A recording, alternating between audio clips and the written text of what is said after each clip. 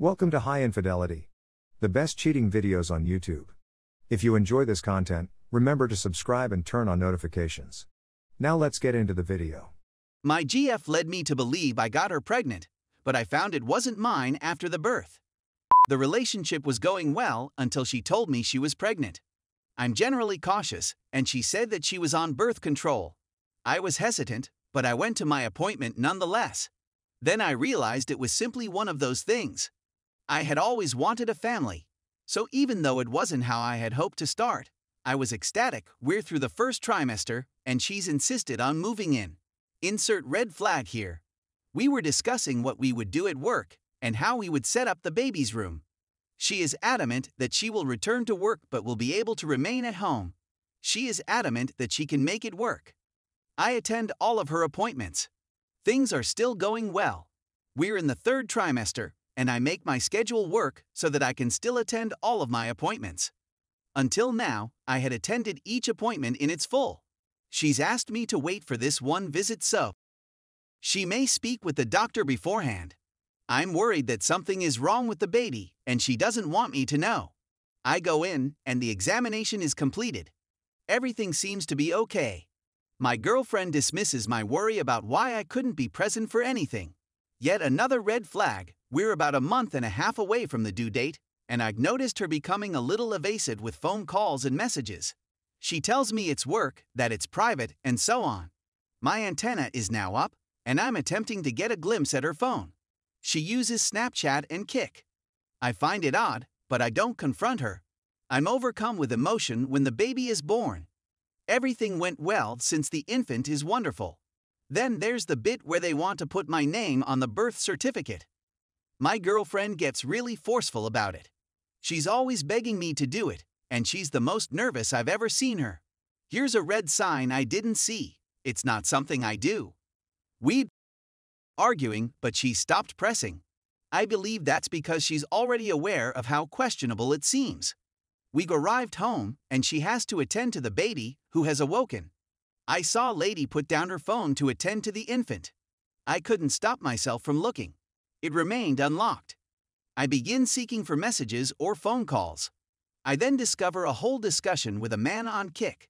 All of her appointment updates. Photographs of her and the baby. Then I notice it.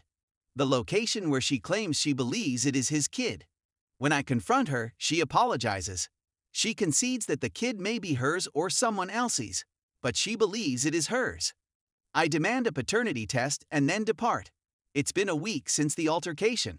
The findings were received yesterday, and the baby is not mine.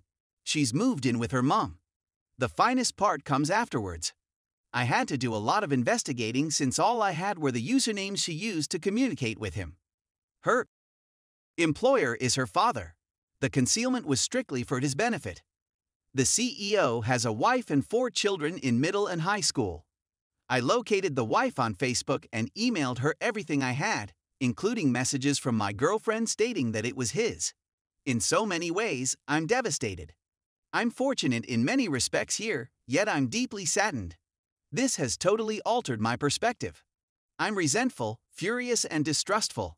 I'm not sure how I'm going to recover from this. Story 2. My fiancée lied to me and her job about getting a diploma. So, first, some context. For the last 8.5 years, my 25M fiancé, 23F, and I have been dating. I proposed to her in May of this year. We had amazing parties, and it was a lovely way to end our 8-year relationship. Our relationship, however, was not always easy. We had our own odd ups and downs. In our relationship, there is deception after deception, all on her side. She failed courses on a regular basis throughout college and was placed on academic probation. She never gave me the impression that she was failing or struggling in school any of the times this occurred. It wasn't until she was placed on academic suspension or probation that she eventually confessed. Essentially, the only time she revealed those details was when she had no option but to do so. Each time, I got more irritated and anxious about my ability to trust her in the future.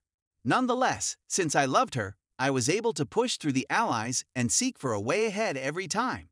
It took a long time for me to move on, and I wasn't always in the correct frame of mind at first, But after the final time she lied to me in 2019, she said she would never lie to me in such a huge manner again. I trusted her, and it led to us becoming engaged in May of this year. Another significant event occurred in May. My fiancé received his bachelor's degree. Or so she told everyone. She was apparently discovered cheating in class and failed. Now, let me explain how she claimed to have cheated. She alleges that she was not permitted to read a book published in Spanish and English in one of her Spanish literature lessons. When she wrote the report on the novel, she inadvertently used English names instead of Spanish names. However, she was unaware of this since she had never read the Spanish version of the book. As a result, they saw this as cheating in the class, and she would have had to retake it.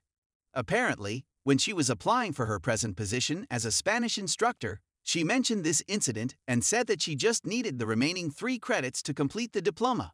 As I'm sure many of you are aware, there is a teacher shortage right now, and the state of Virginia will accept instructors with a temporary license as long as they are working toward their degrees and teacher certification. My fiancé did not have a teaching certification, but she also did not have a bachelor's degree, which was everyone but the high school, or so she claims. As a consequence, she informed the school that she would take the credits either in the summer or in the autumn, and they recruited her to a full-time post based on that commitment. Now fast forward to today. I can't reach my fiancé, so I decide to call her mother, my future mother-in-law. I'm welcomed by a distraught fiancé in tears. This surprised me since my prospective mother-in-law lives more than 3 hours away. This is when she revealed the truth. Apparently, she was fired when the company discovered she hadn't been taking the required courses. My fiancé says that they are planning to rehire her as a teacher's aide. But after learning that she was fired and that it was because she never had a diploma, as she claimed to everyone, I'm not sure what to believe. We've been planning our wedding, our future, and everything else that comes with being engaged. This isn't the first time she's duped me, but I thought we'd moved on. What should I do? I'm not sure I'll ever be able to trust her again. How can I do that? Please.